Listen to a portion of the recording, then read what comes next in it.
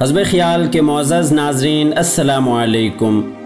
ناظرین گرامی، جب بھی انسان کو کوئی مصیبت یا تکلیف پہنچتی ہے تو وہ ادھر ادھر بھاگنے لگتا ہے اور اس مصیبت کا حل تلاش کرنا شروع کر دیتا ہے، چاہے وہ مصیبت بیماری کی نوعیت کی ہو یا پھر معاشی پریشانی ہو۔ لیکن جب وہ ہر در سے ٹھوکریں کھا کھا کر تھک جاتا ہے تو پھر وہ آسمان کی طرف دیکھتا ہے اور خدا کی رحمت کا انتظار کرتا ہے۔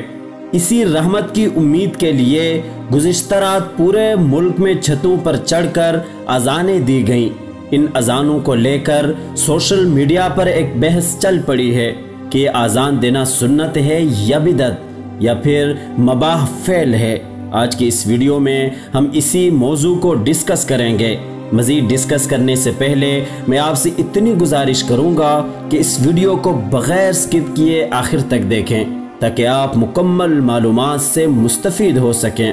ناظرین گرامی، اس میں کوئی شک نہیں کہ مسلمان ہر مصیبت میں مدد کے لیے اللہ کو پکارتا ہے، اللہ سے مدد طلب کرتا ہے، اس کے آگے گڑ گڑاتا ہے۔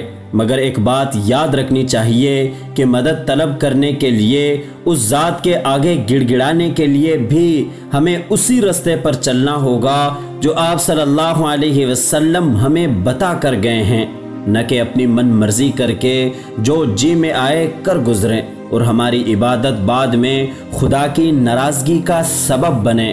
جیسا کہ اللہ تعالیٰ قرآن مجید میں فرماتے ہیں کہ اے لوگو، جس بات کا نبی صلی اللہ علیہ وسلم تمہیں حکم دیں اسے مضبوطی کے ساتھ تھام لو اور جس سے منع کریں اسے رک جاؤ۔ گزشتہ رات پورے ملک پاکستان میں اذانیں دی گئی، مساجد میں لاؤڈ سپیکر کھول کر مؤذنین نے اذانیں دیں اور انفرادی طور پر لوگوں نے گھروں کی چھتوں پر چڑھ کر بھی اذانیں دیں۔ کسی نے ایک ایک مرتبہ اذان دی اور بعض جگہوں پر متعدد مرتبہ اذان دہرائی گئی۔ اسی طرح کا عمل شدید بارش کے دوران بھی ہمارے ہاں دہرایا جاتا ہے، لیکن کوئی شخص یہ نہیں سوچتا کہ یہ عمل سنت ہے یا بدعت ہے۔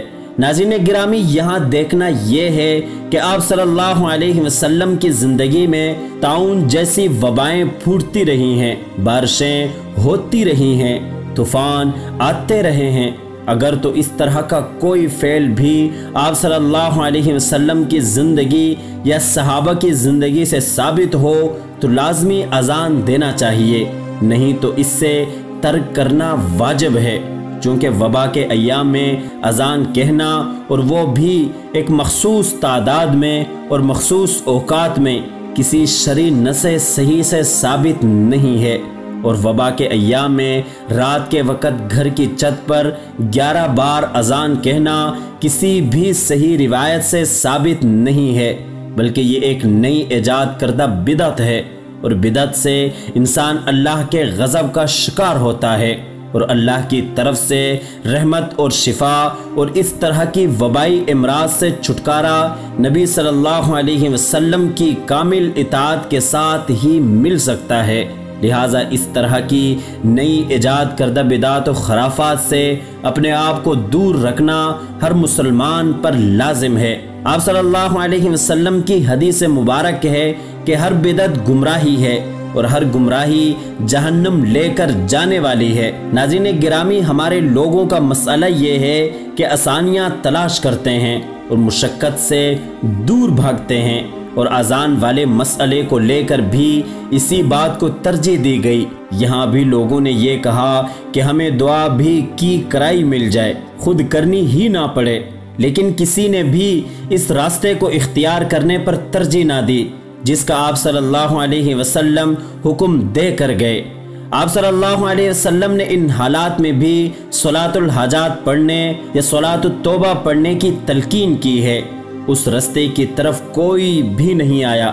اور دوسرے نمبر پر لاؤڈ سپیکر کھول کر اذان دینا، وہ بھی آدھی رات کو جس وقت لوگ سو رہے ہوتے ہیں، اس سے ایذائے مسلم لازم آتی ہے، اور کسی مسلمان کو ایذا دینے سے دعائیں قبول نہیں ہوتی، بلکہ الٹا باری تعالیٰ کی ناراضگی کا موجب بنتا ہے۔